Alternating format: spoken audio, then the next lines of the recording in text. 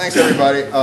My name is Bill Moriarty. For some nearly 20 years, I was associated with Roy Stevens, first as a student of his, and then, as Ronnie described, the teaching methods that Roy used. The teaching methods were not amenable to every single student. There were some high-intensity individuals that couldn't stand the sitting in front of other people playing and taking a lesson, and I taught about 5 of Roy's students for a period of about 6 or 7 years towards the end of his life.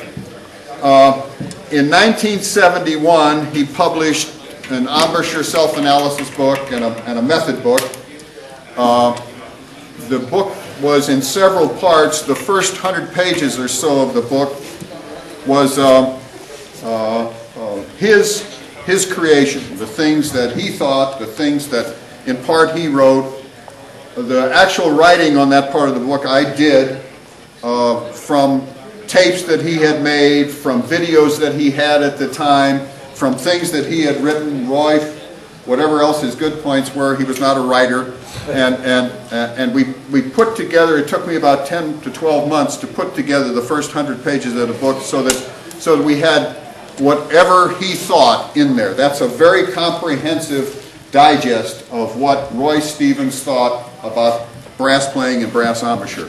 The rest of the book is, first of all, 2 of Bill Costello's books, musical exercise books put together. 3 articles that Bill Costello, the originator of this series of techniques, wrote for the old Metronome magazine. And I know some of you here are the right age to remember the Metronome magazine. There were 2 major music magazines in the United States. Downbeat was one. Downbeat is still in existence, and the other was Metronome. And I think Metronome was more read by real musicians at the time than Downbeat was. And the last thing in the book was a questionnaire that Roy had prepared with a man named Charles Isley. And Roy wanted it to be included in the book because he thought that it very succinctly answered all the questions. I'm going to talk a little bit, as Roy told to me, about how he got the studio, how the techniques came to be first in place and then evolve, and what Roy brought to that process, and what kind of players generally gravitated to both the Stevens Costello studios and the original Costello studios. Bill Costello was a trumpet player in New York in the late 20s and through the 30s. He was a fairly busy trumpet player at a time when there was a lot of work for trumpet players in New York. There was a great deal of single engagement work. There was a lot of theater work, not only Broadway work, but work in things like shows, burlesque, vaudeville, things like that. There was a great deal of recording work, and there was a lot of radio work. Bill worked in all of those fields. He had a reputation as a strong high-note trumpet player. He was a trumpet player that accomplished that by using a lot of physical pressure. Basically, he had a very strong arm, and that was the secret of his success for a while. Unfortunately, that kind of playing tends to take its toll on individuals, and it did on Bill Costello. And Bill Costello went through a period of his life where he cut and bled, especially on his top lip, I believe. I learned all this from Roy. It happened often enough, and as he got older, it was difficult enough, it became more and more difficult to recover from that. And he did what I think was not the obvious thing to do. He decided that there was something wrong with him, that he was doing something wrong, and that he needed to find out what he should do that was correct. And at that time, I gather, there was nobody teaching anything like that. And so what Bill Costello did was observe the players around town who were able to play strongly for long periods of time, and tried to figure out what elements they had in common. And he came to some conclusions after some study.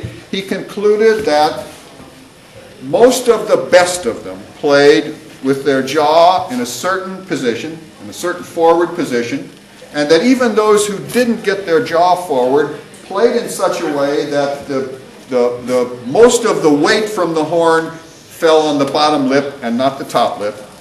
And then possibly more importantly, he discovered that when the good players, the players who could play for hours and who could play the high register well without abusing themselves, when they put the horn on their mouths, they basically put the horn on with their lips closed. They did not set the embouchure, set the mouthpiece on an open set of lips, nor did they, once they set the mouthpiece on, pull their lips out of the mouthpiece.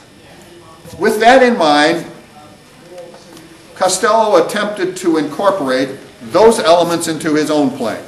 And in order to do that, he devised especially one exercise, actually a series of exercises starting with this one exercise, and I'll talk about the exercise in a little while.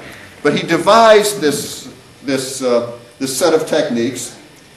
Eventually, it apparently worked in his playing. That is, the abuse that he was doing to himself ceased. He was able to play in the way he wanted to play for the length of time that he wanted to play.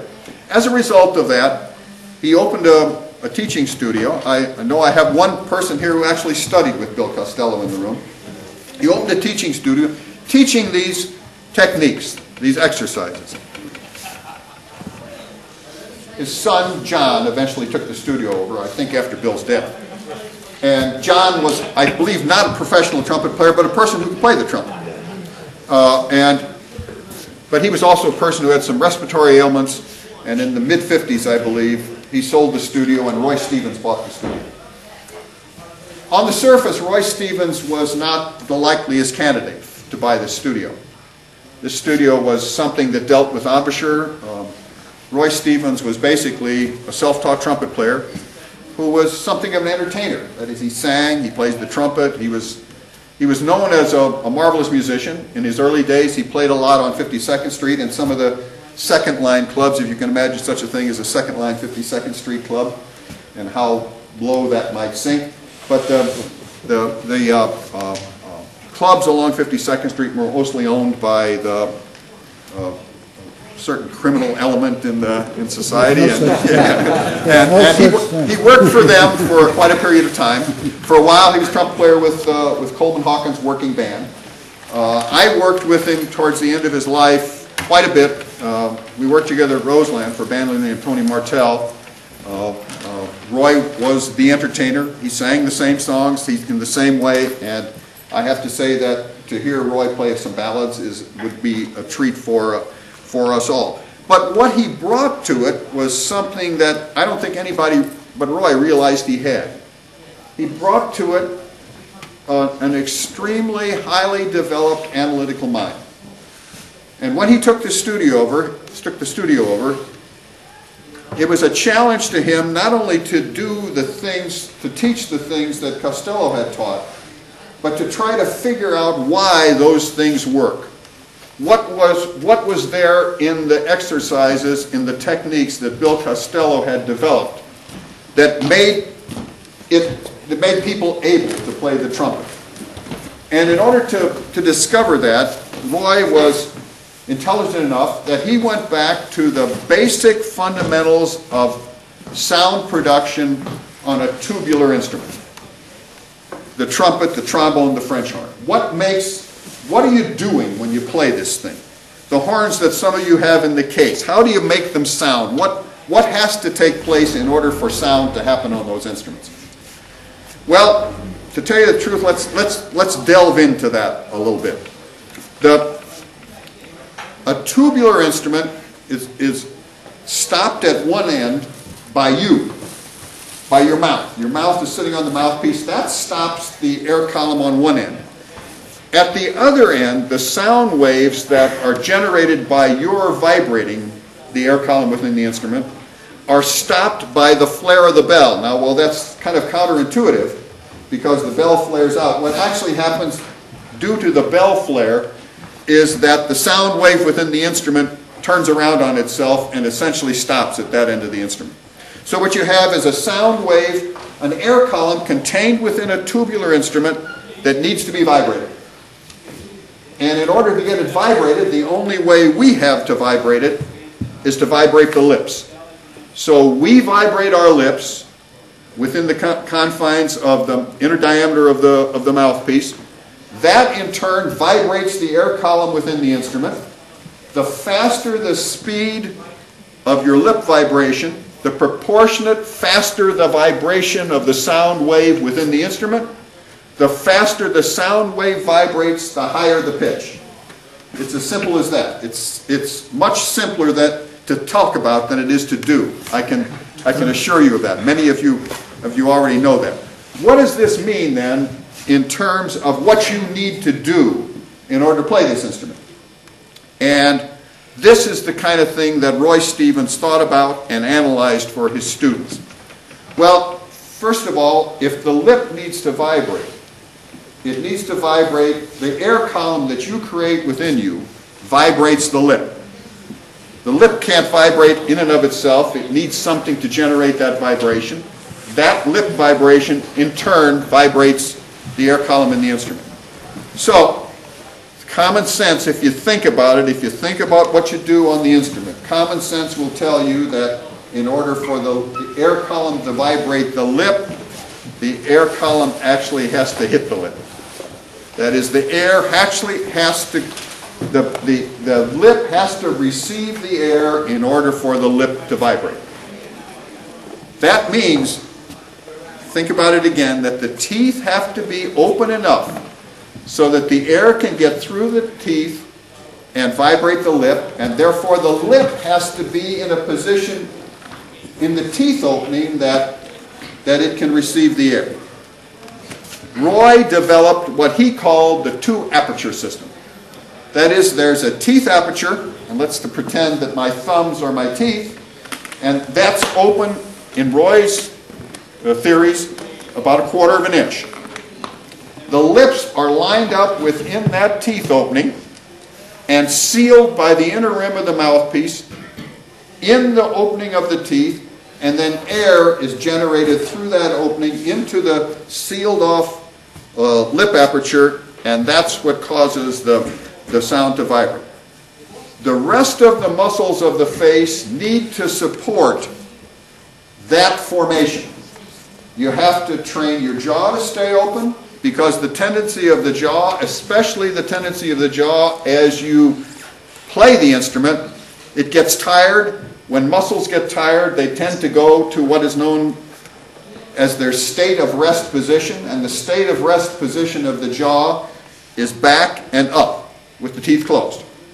If the teeth are closed, the air can't reach the lips, so you have to train your jaw to stay open, train your jaw to stay in some position so that the lip can receive the air, and then you have to identify and train the muscles of the face in order that that formation stays in place.